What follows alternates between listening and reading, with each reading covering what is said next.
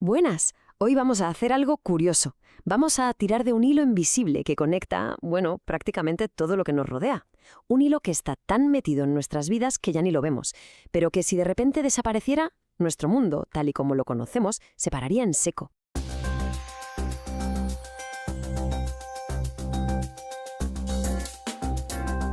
A ver, paraos a pensar un segundo. ¿Qué narices pueden tener en común un móvil de última generación, la camiseta que llevamos puesta ahora mismo y una simple pastilla para el dolor de cabeza? A primera vista parece que nada, ¿verdad? Suena a que es imposible que todo venga del mismo sitio. Y sin embargo, la conexión existe, y es una sustancia oscura, viscosa, una que ha levantado imperios, ha provocado guerras y, sobre todo, ha construido nuestra civilización moderna pieza por pieza. Pues sí, el petróleo. Seguramente estáis pensando en gasolina, en coches, pero eso, amigos, es solo el principio. Y para entender por qué lo es todo, primero tenemos que hacer un viaje pero que muy largo en el tiempo. Venga, vamos a meternos de lleno en esto porque aquí es donde la cosa se pone interesante y donde caen los grandes mitos. Si alguna vez habéis oído eso de que el petróleo es sangre de dinosaurio, bueno, siento aguar la fiesta, pero la realidad es mucho más alucinante. Fijaos en esto, es que el contraste es brutal. Olvidaos de los T-Rex. Los verdaderos héroes de esta historia son microscópicos. Hay que imaginar los océanos prehistóricos no como ahora, sino como una especie de sopa cósmica, un caldo de cultivo brutal lleno de plancton, algas y bacterias. Y bueno, durante millones y millones de años, estos seres simplemente morían y caían, como una lluvia infinita y silenciosa hacia el fondo del mar. Se iban mezclando con el fango, con la arena, pero, y aquí está la clave de todo, al quedar sepultados tan deprisa, ahí abajo no llegaba el oxígeno. Así que no se pudrían del todo, se quedaron como conservados en el tiempo. Y es justo aquí cuando el planeta Tierra se pone en modo chef. Porque para convertir ese fango con bichitos muertos en oro negro, hacen falta unos ingredientes pero que muy específicos. Una presión demencial, un calor infernal y, sobre todo, tiempo. Muchísimo, muchísimo tiempo. Pensadlo así, es como la olla a presión más grande del universo. Cada nueva capa de arena y lodo que caía encima, ¡pum!, más peso. Iba aplastando la materia orgánica, hundiéndola kilómetros y kilómetros bajo tierra. Y ahí abajo, claro, el calorcito del núcleo de la Tierra hacía el resto, cocinándolo todo a fuego lentísimo.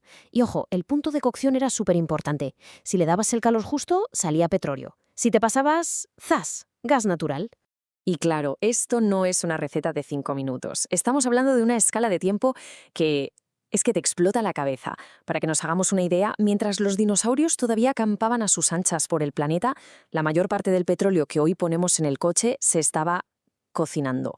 Hablamos de hace entre 60 y 250 millones de años. Una auténtica locura. Vale, pero entonces llega la pregunta del millón, ¿no?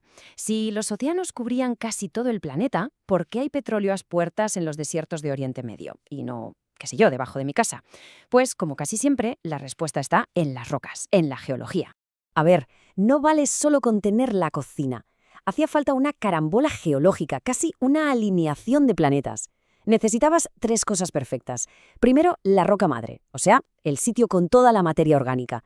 Segundo, un camino, rocas porosas para que el petróleo, que es más ligero que el agua, pudiera ir subiendo. Y tercero, y esto es lo más importante de todo, una trampa.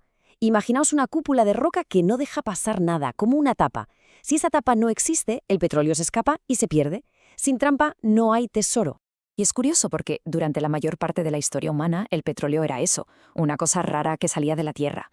Se usaba para impermeabilizar barcos, como remedio, poca cosa. Pero claro, llegó la revolución industrial y todo, absolutamente todo, cambió para siempre. De repente pasamos de 0 a 100, de ser una anécdota a ser literalmente el combustible del planeta. ¿El culpable? El motor de combustión interna. A finales del siglo XIX se desató una sed, una fiebre por el petróleo que todavía hoy no ha parado. Pero ojo, y aquí es donde la mayoría nos equivocamos. Pensamos en petróleo y pensamos en gasolina. Y eso, creedme, es solo la puntita del iceberg. Gracias a la magia de la petroquímica, que es básicamente el arte de desmontar el petróleo crudo, conseguimos una lista casi infinita de cosas que usamos cada segundo de nuestra vida. Por ejemplo, los plásticos. Mirad a vuestro alrededor ahora mismo. La botella de agua, la carcasa del móvil, el teclado del ordenador. Todo eso, en su origen, fue petróleo crudo en el fondo del mar.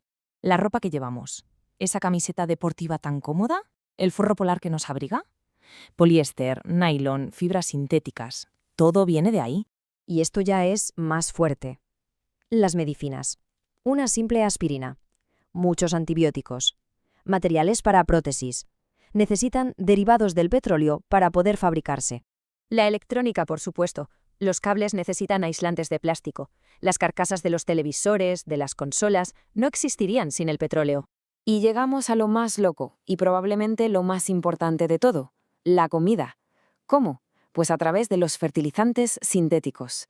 La agricultura masiva que alimenta al mundo entero depende de ellos, y esos fertilizantes se hacen con gas natural, que es el primo hermano del petróleo. Sin ellos sería literalmente imposible alimentar a los 8.000 millones de personas que somos. Esta frase es que lo clava. Cuando dice hidrocarburos, se refiere al petróleo y al gas. Nuestra vida moderna no es que use petróleo, es que está hecha de petróleo. No es una forma de hablar, es la pura realidad estructural de nuestro mundo. Y claro, todo esto nos lleva a una paradoja, una que es bastante incómoda, la verdad. Este recurso milagroso que ha construido nuestro mundo es, por definición, finito. No hay más. Es básicamente energía solar de hace millones de años embotellada. Quedémonos con esta cifra un segundo. 200 millones de años. Es el tiempo que le costó al planeta cocinar el petróleo que estamos usando. Es una escala de tiempo que, seamos sinceros, nuestra mente no puede ni empezar a procesar. Y ahora, agarraos, ¿sabéis cuánto estamos tardando nosotros en quemar la mayor parte de todo eso? Unos 200 años. 200 millones de años de creación, ventilados en 200 años. Es que la desproporción es sencillamente brutal.